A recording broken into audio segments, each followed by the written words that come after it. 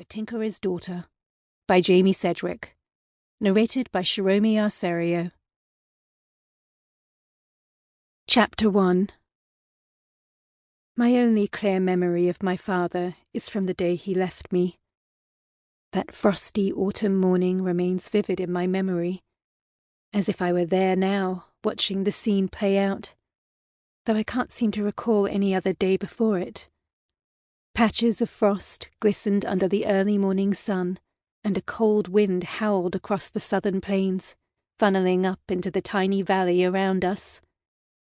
The trees blazed with fiery colours, painting the mountains in broad swaths of crimson and gold.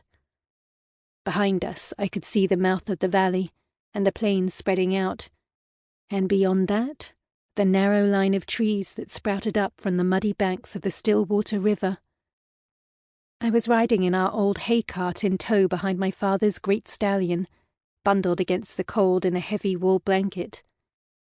I remember the uncomfortable shaking of the cart, and the incessant squeaking of the rusty old leaf springs as we rattled up the mountainside.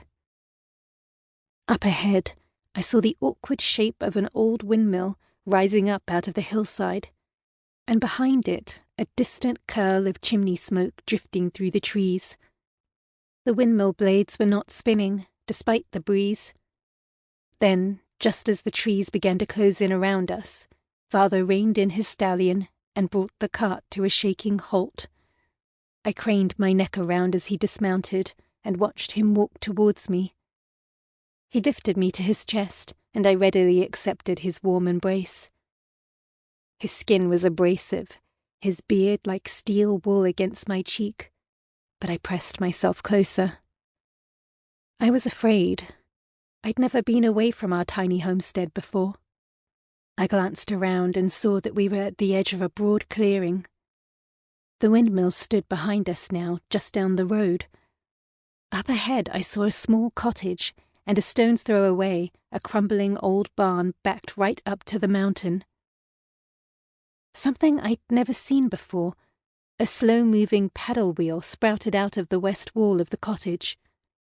The lower half rested in a creek that gushed out of the woods behind the house.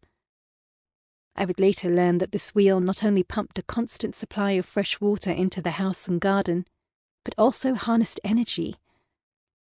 To me, on that day, it was simply another oddity in a place filled with them. Junk they scattered from the cottage all the way down to the road.